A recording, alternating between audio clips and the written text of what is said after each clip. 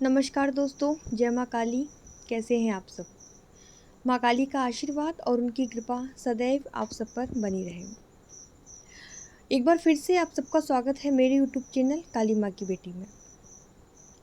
दोस्तों, आज के वीडियो में जो हमारा चर्चा का विषय है वो ये है कि नवरात्रि में किस प्रकार हमें कलश की स्थापना करनी चाहिए, कलश स्थापना करने के क्या क्या नियम होते हैं। और सबसे ज़्यादा सवाल जो मुझसे कमेंट में आप लोगों ने पूछा था वो ये था कि हमें कलश पर नारियल किस प्रकार से रखना चाहिए, नारियल का मुंह किस तरफ होना चाहिए। तो हमारे शास्त्रों में जो वर्णित है वो मैं आपको आज बताऊंगी कि नारियल का मुख किस ओर होना चाहिए।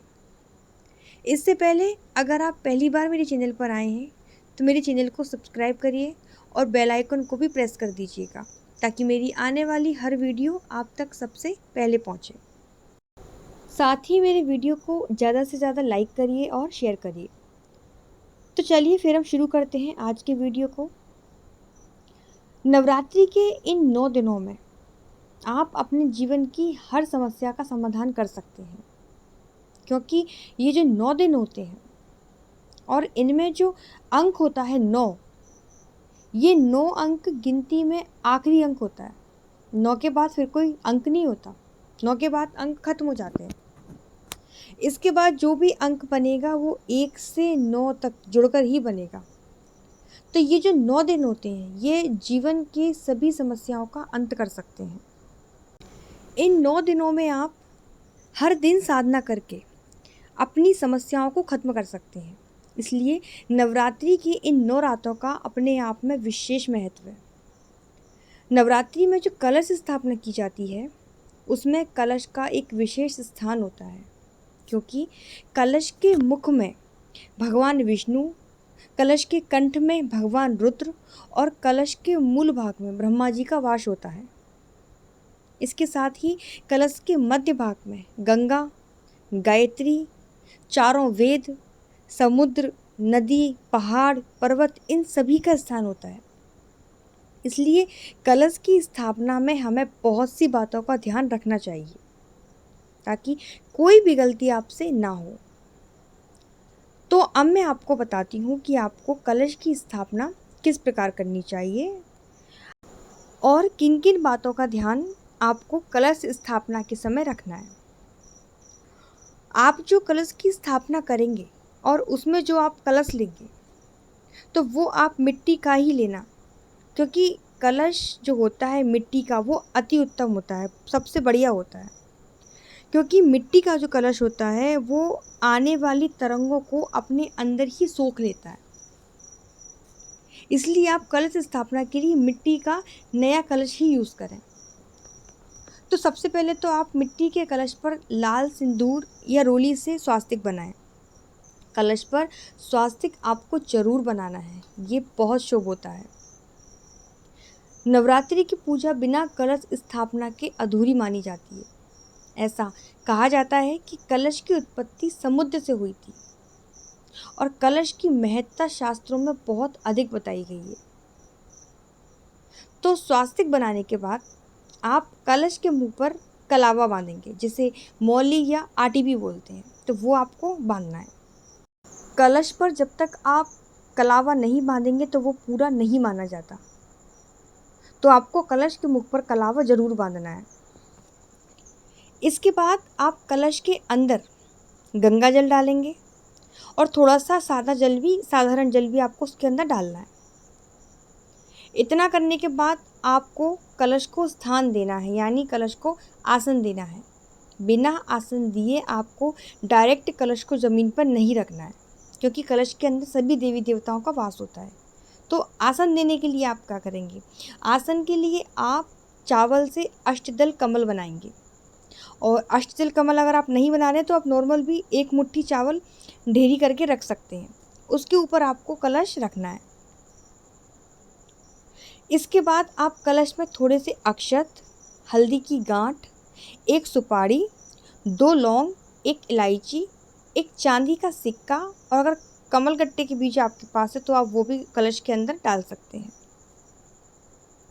ये सब डालने के बाद फिर आपको 5 प्रकार के पत्ते लेने हैं। जैसे एक आम का पत्ता, एक पीपल का पत्ता हो गया, केले का पत्ता हो गया, अशोक का पत्ता हो गया, ऐसे करके आपको 5 पत्ते लेने हैं और उन पाँचों पत्तों को आपको कलश के ऊपर रखना है।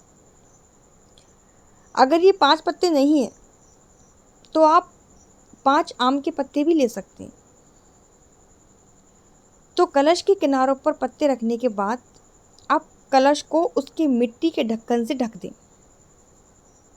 और उसमें भी आप चावल रख दें। अब इन चावल के ऊपर आपको नारियल रखना है। तो सबसे पहले तो आपको नारियल पर कलावा बांधना है और उस पर लाल रंग का वस्त्र या लाल रंग की चुनरी लपेटनी है। अब जो मेन टॉपिक है, जिसमें ज़्यादातर लोग गलती कर देते हैं कि नारियल आपको कलश पर कैसे रखना है, वो मैं आपको बताती हूँ शास्त्रों के प्रमाण के साथ। हमारे शास्त्रों में कहा गया है कि अधोमुखम शत्रु विवर्धनाय ऊर्ध्वस्य वक्त्रम बहुरोग वृद्धि प्राची मुखम वित्त विनाशनाय तस्माच्छुवम सम्मुख नारिकेलम। अर्थात नारियल को कलश के अधोमुख करके रखने से शत्रु विवर्धनाय यानी शत्रुओं में वृद्धि होती है। इसलिए नारियल को कलश पर कभी भी नीचे मुख करके नहीं रखना चाहिए और ना ही उसे ऊपर की तरफ खड़ा करके रखना चाहिए। बहुत से लोग नारियल को खड़ा करके रख देते हैं, जिसके बारे में हमारे शास्त्र कहते हैं ऊर्ध्वस्य वक्त्रम बहुरोग वृद्धि। ऊपर की तरफ नारियल का मुख करके रखने से बहुत सारे रोगों की वृद्धि होती है। इसलिए नारियल को ऊपर की तरफ भी करके नहीं रखना चाहिए। अब आप सोचो कि नारियल के मुख को आप पूर्व दिशा में करेंगे, इस तरफ करके रखेंगे पूर्व की ओर, तो वो शुभ होगा। तो हमारे शास्त्रों में वर्णित है प्राची मुखम वित्त विनाशनाय, मतलब पूर्व दिशा की ओर अगर आप नारियल का मुख करते हैं तो वो धन का विनाश करता है। इसलिए आपको नारियल का मुख पूर्व दिशा की ओर करके भी नहीं रखना चाहिए। तो फिर अब कैसे नारियल को रखना है? तो हमारे शास्त्र कहते हैं सम्मुख नारिकेलम, अर्थात नारियल का मुख आपकी ओर होना चाहिए। आप जिस तरफ बैठेंगे नारियल का मुख आपकी तरफ होना चाहिए। तस्माच्छुभम सम्मुख नारिकेलम, नारियल का मुख यजमान के सम्मुख होना शुभ बताया गया है, हमारे शास्त्रों में ऐसा वर्णित है। इसलिए आप जब भी कलश स्थापना करें तो नारियल का जो शिखा वाला भाग होता है, त्रिनेत्र वाला जो भाग होता है, वो पूजा करने वाले साधक को अपनी ओर करना चाहिए। तो आपको समझ आ गया होगा कि आपको कलश पर नारियल को कैसे रखना चाहिए। एक बात मैं आपको बताना भूल गई कि कलश की स्थापना आपको पूर्व या उत्तर पूर्व दिशा में करनी है, वो शुभ होता है। तो इस प्रकार आपको कलश की स्थापना करनी है और सुबह शाम रोज कलश की भी आपको पूजा आरती करनी है, क्योंकि उसमें सभी देवी देवताओं का वास होता है। कलश की स्थापना का शुभ मुहूर्त क्या है ये मैंने आपको पहले वीडियो में बता दिया था। अगर आपने वो वीडियो नहीं देखा है तो मैं उसका लिंक आपको डिस्क्रिप्शन में दे दूँगी, आप उसे भी जाके देख सकते हैं। साथ ही नवरात्रि से जुड़े मैंने सारे वीडियो बना दिए हैं, आप उन्हें भी जाके देख सकते हैं।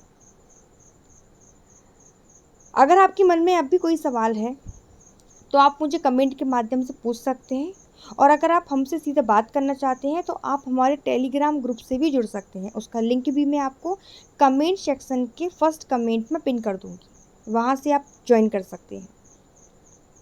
उम्मीद है आपको आज की जानकारी अच्छी लगी होगी। अभी के लिए इतना ही। वीडियो को लाइक ज़रूर करिएगा और कमेंट में माँ के जयकारे सबको लगाने हैं। तब तक के लिए आप सभी को जय माता दी, सभी को धन्यवाद।